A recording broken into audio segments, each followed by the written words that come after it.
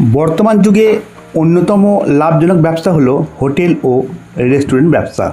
এই রেস্টুরেন্ট করার আদর্শ স্থান হলো একটু জাঁকজমকপূর্ণ স্থান অথবা বড় রাস্তার ধারে। আমারই এই রেস্টুরেন্টটি তৈরি করা হচ্ছে। এটিতে চুলোয় রান্না করা হবে, অর্থাৎ কাঠ বা গোল ঘুঁটে দিয়ে রান্না করা হবে, কারণ বর্তমান যুগের গ্যাসের সমস্যার জন্যই এই ব্যবস্থা।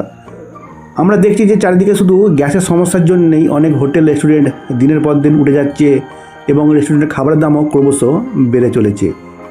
কাঠের দাম যতই বাড়ুক, এই মুহূর্তে কাঠটা কিন্তু সহজলভ্য, অর্থাৎ সহজেই পাওয়া যাবে।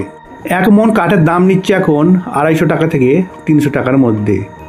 এই জায়গাটি হলো নামাল গ্রাম, মগরা থেকে প্রায় 3-3.5 কিমি হবে, আর মহানার থেকে 4 কিমি হুগলি জেলার মধ্যে এটি পড়ে।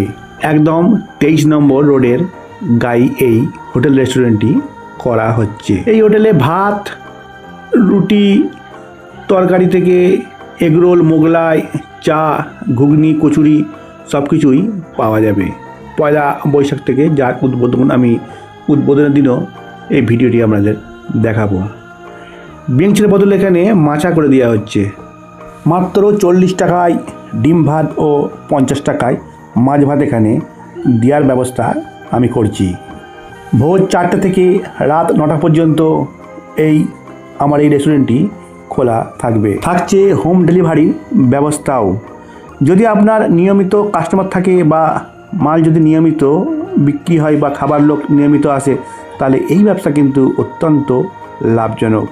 আপনারা যারা এখনও পর্যন্ত হোটেল বা রেস্টুরেন্ট করার কথা ভাবছেন, আমি বলবো উপযুক্ত রাঁধুনি, ঠিকমতো পজিশন, অর্থাৎ হোটেল করার জন্য একটি উপযুক্ত জায়গা, যেটা আমি আগেই বলেছি, একটু মোড়ের মাথা কিংবা মেন রোডের ধারে, এটি কিন্তু দারুণভাবে চলবে।